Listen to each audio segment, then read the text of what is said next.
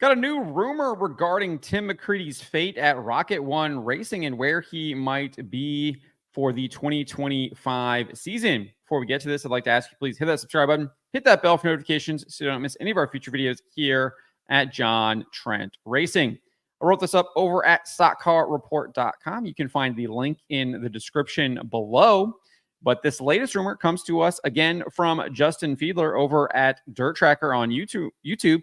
And he said in a recent video upload, it is my understanding that Tim McCreadie has been told that he will not return as the Rocket House Car driver next season.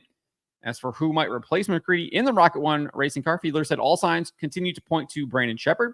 Sheppard announced he was leaving the Longhorn factory team in Briggs Racing at the conclusion of the 2024 World of Outlaws late model season, and would begin his 2025 season at the Wild West Shootout in his family-owned B5.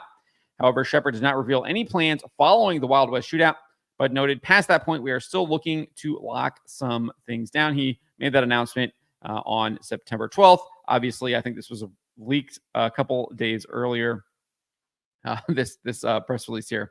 So we kind of knew that ahead of time. We also have Kevin Kovac at Dirt on Dirt pointing to Sheppard returning to the Rocket1 car as well.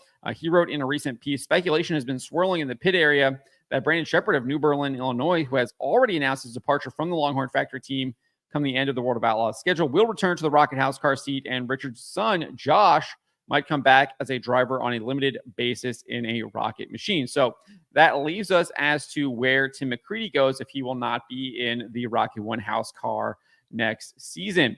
Fiedler said it could be some sort of Boom Briggs situation. And Kovac also said this, McCreadie will shift to driving for Boom Briggs of Bear Lake, Pennsylvania, in a deal closely affiliated with Rocket. However, as Kovac notes in his report, that Rocket1 Racing team owner or co-owner Mark Richards did not comment on that speculation. So that is kind of the latest that we have. I think McCreadie had a solid year with the Rocket1 team. He finished fourth in the Lucas Oil Late Model Dirt Series championship, albeit he only did achieve one victory with the team at the Topless 100. He did have, I think, 2 wins total. He won with Paylor during the Florida Georgia Speed Weeks earlier in the year. However, I think at the end of the season, they did seemingly find some chemistry, come together, put together a string of strong finishes, and eventually topped it off with a second place at the Dirt Track World Championship. I think there was only maybe a couple of races where they were outside of the top 10. Looking at one of the races at Knoxville, and then I think maybe the Pittsburgher, if memory serves. I know he had a strong finish in one of those races, but I think he might have struggled in one of the other ones as well there.